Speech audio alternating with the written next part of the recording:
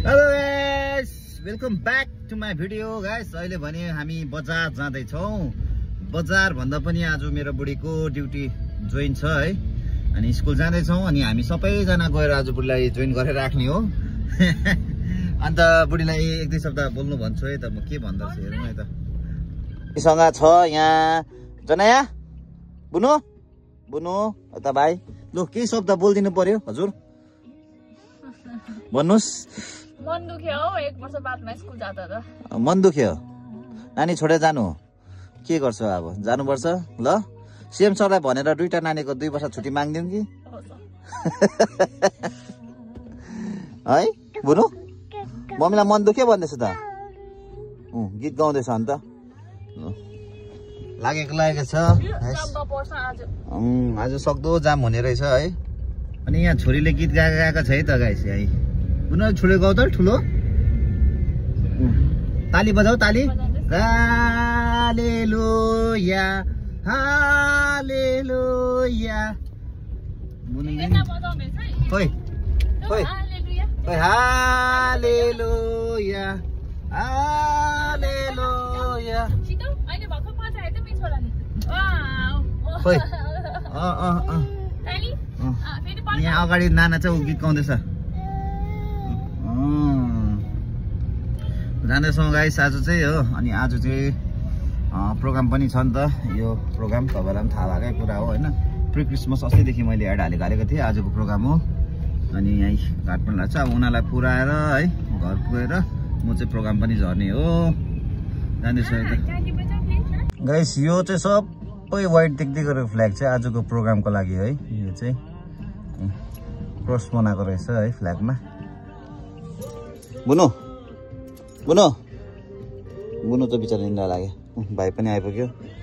हाम्रो भाइले एप्लिकेसन ल्याइदियो। को हो हजुर? साथीहरू छ पढ्नु। ल ल थ्याङ्क यू। ल हुन्छ ल थ्याङ्क यू। भाइले एप्लिकेसन पनि ल्याइदियो किनकि गाडी उता लानु पाउँदैन आज। आइपुग्यो अब स्कुल हो। अगाडिको जग्गा चाहिँ म्याडमले बुक गरिसकेको छ। बुढी चाहिँ पछाडि पछाडि खेद्दै जनाले मेरो बुढीलाई चाहिँ। छोरीले अगाडिको जग्गा चाहिँ अब रिजर्भ गरिसकेको छ है त। हो मम्मीलाई चाहिँ खेद्दै पछाडि अब चाहिँ उही बस्ने रहेछ फ्युचरमा चाहिँ। दादा चाहिँ यता बस्ने रहेछ मम्मीसँग हो। हेर्नुहोस् न आरामले बसेर आइपुग्यो अन्त। उताबाट घुमाएर ल्याउँ ल। मम्मी चाहिँ लागेको ड्युटी लागेको। ल बाई बाई, नरुइजाऊ ल। ल हामी चाहिँ यहाँ पर्खिन्छौँ है तिमीलाई ल। ल म चाहिँ अब यहाँसम्म पसेर जाने हो। बुनु हेर्नु यहीँ, बुनु पनि यहाँ छ। यस म यहीँ छु ल। बाबा यहीँ हुनुहुन्छ। म्याडम चाहिँ लाग्यो ड्युटी। चालो है बुनु। मम्मी त जानुभयो त अन्त। के खानु भएको है त्यस्तो चाहिँ। हेर्नुहोस् न घाम टन्न लागिरहेछ यहाँ चाहिँ।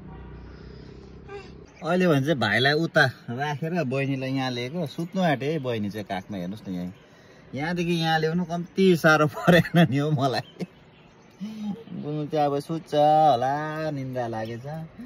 एउटालाई उचालेर कसरी चाहिँ मिलाएर लियो होला मैले, यहाँ काखमा साटेँ होला। लु मम्मी पर्खिँदा पर्खिँदा बुनु त सुते पनि है त। मम्मी आइपुगेको छैन। अर्को चाहिँ खेलिरहेको छ। मम्मीलाई पर्खिरहेको छौँ रोडमा हामीले। स्कुल पनि मम्मीलाई ढिलो आउने रहेछ। बुनु त सुत्यो है नै। घाममा खुट्टा निकालिदिरहेको छु। सुत्यो। भाइको टर्न छ। ल भाइलाई पनि सुताउला जस्तो छ। तातो भएर मजा रहेछ उनीहरूलाई क्या। घरमा घाम आउँदैन हो। यहाँ मजाले घाम पनि भेट्यो। भाइ चाहिँ यहीँ खेलेको छ। उसलाई पनि सुताउने मान्छे मात्रै चाहिरहेछ। सुत्छ। अब कति बेला आइपुग्छ मम्मी है त। हामी चाहिँ पर्खिरहेको छौँ। मजाले घाममा खुट्टा बाहिर निकालिरहेको छ। अनि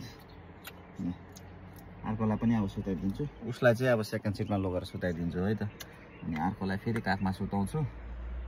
हेर्नुहोस् है त अब यस्तो छ बाबुको जिन्दगी।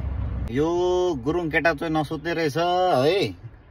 अम्ली मात्रै चुस्ने रहेछ, सुतेको एक्टिङ मात्रै गर्ने रहेछ। बुनुले चाहिँ यहाँ निन्द्रा पुऱ्यायो, मम्मी आइपुगेन है।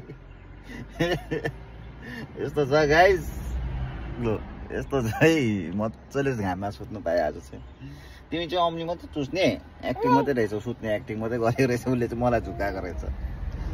दादा पनि सुत्यो हो, बहिनी पनि सुतिरहेछ। सुत्यो है। मेरो खासमा चाहिँ मेरो नानीहरू चाहिँ 10 बजी टक्क सुत्छ नि त। 10 बजी सुतेर 12-1 बजी उठ्छ है। अनि उनीहरूको चाहिँ टाइमिङ भएको नि खासमा सुत्ने चाहिँ। अनि चाहिँ यस्तो भइरहेको छ है। फेरि कतिले के बिजोक देखाएको, नानी गाडीमा सुताएको भन्छ। अब त्यस्तै छ, के गर्नु अब, देखाउनु खोजेको त होइन नि। अब के चाहिँ गर्नु, अब अवस्था त्यस्तै छ। अहिले बहिनी छैन, बहिनी प्रि क्रिसमस मनाउनु गइरहेछ नि त। अनि त्यही भएर चाहिँ है, अब एउटा ब्लगर भएको नातामा जे भए पनि त्यो हाल्ने बानी नै भइसकेको छ। तर राम्रो कुरा है, फेरि नराम्रो कुरा त हाल्नु मन पर्दैन फेरि। त्यही भएर चाहिँ देखाएको। कति चाहिँ फेरि त्यस्तै छ नि त, के बिजोक देखाएको, नानीहरूलाई के बिजोक गरेको भन्छ। अब जे छ त्यो चाहिँ देखाउनै पऱ्यो नि त। अब अहिले त्यस्तै छ अवस्था। अनि त्यही चाहिँ हालेको। सुत्यो है त्यही। मजाले सुत्यो, तर मजा लाग्यो मलाई चाहिँ एकदमै। हरेक पल क्या यस्तो पलहरू चाहिँ क्या इन्जोय गर्नुपर्छ नि त। किनकि मान्छेकोमा यो अब मैले यो भोलिको दिनमा म नानीलाई लगेर यहाँ सुताउँछु, यस्तो घाममा सुताउँछु भनेर पाउँदिनँ नि त होइन।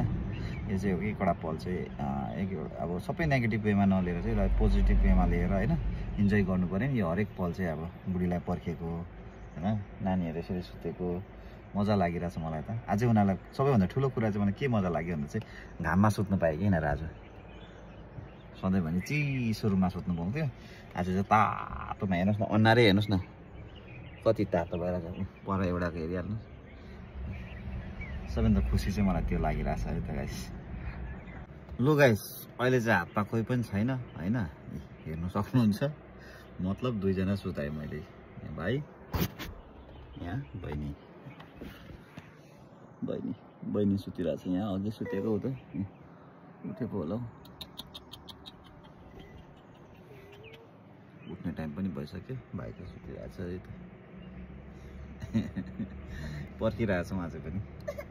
लु यहाँ दादा पनि एक निन्द्रा पुरा उठिसक्यो, तर पनि मम्मी आएन आज। 10 बजी गएको मान्छे 12:15 भयो। ओ दादा एक निन्द्रा पुऱ्याएर उठिसक्यो, गीत गाउनु थालिसक्यो। साथै यहाँ अर्कोमा उठेर हेर्नुहोस् है, यहाँ ना ना ना ना ना ना ना ना। 2 जना यो निन्द्राले पुगेर चाहिँ उठेर पनि गीत गाउनु थाल्यो।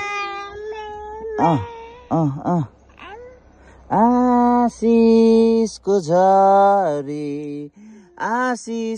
झरी पठ्या।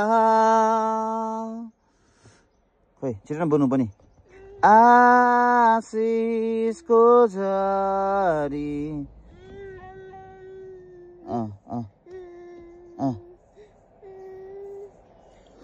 दादा स्टार्ट भयो है आउने चुस्नु। बनु गीत गाउँदैछ है भाइ। यहाँ खेलेको हेर्नुहोस् है मेरो छोरा। High high high high high high. यहाँ पनि छ एउटा। High high high high. उसलाई चाहिँ यो निन्द्रा लागेको सिग्नल जस्तो लाग्दैछ भलै। हेर्नु न मस्केको। हाई कहाँ गयो तिम्रो मम्मी, हरायो त 3 जना लापत्ता गरेर। हाई